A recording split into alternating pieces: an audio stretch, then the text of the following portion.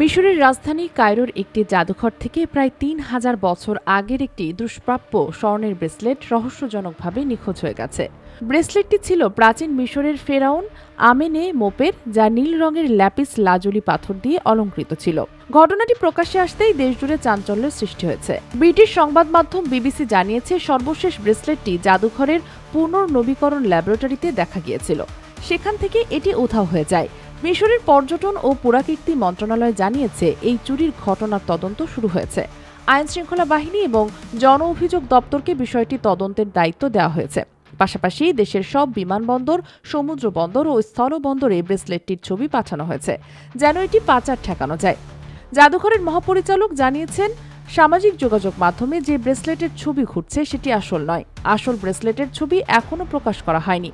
ভুল ছবির কারণে জনমনে বিভ্রান্তি তৈরি হয়েছে বলে তিনি উল্লেখ করেন। ঐতিহাসিকদের তথ্য অনুযায়ী ফেরাউন আমেনপোপ খ্রিস্টপূর্ব ১০৭৬ থেকে ৭২৩ সালের মধ্যে ২১তম রাজবংশে শাসন করেছেন। প্রথমে তাকে সাধারণ কক্ষে দাফন করা হয়েছিল। পরে শক্তিশালী শাসক প্রথম পোসুসেনেসের সমাধির পাশে আবারও দাফন করা হয়। তার সমাধিটি ১৯৪০ সালে আবিষ্কৃত হয়। বিশেষজ্ঞদের আশঙ্কা, ব্রেসলেটটি ইতিমধ্যেই আন্তর্জাতিক কালোবাজারে চলে যেতে পারে।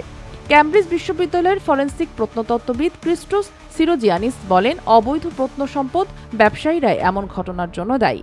তার মতে, ব্রেসলেটটি হয় পাচার হয়ে যাবে, না হয় গলিয়ে ফেলা হবে, কিংবা ব্যক্তিগত কোনো সংগ্রাহকের কাছে বিক্রি হয়ে যাবে। তবে এমনও হতে পারে যে কয়েকদিনের মধ্যে এটি জাদুঘরের আশপাশ থেকে উদ্ধার হবে।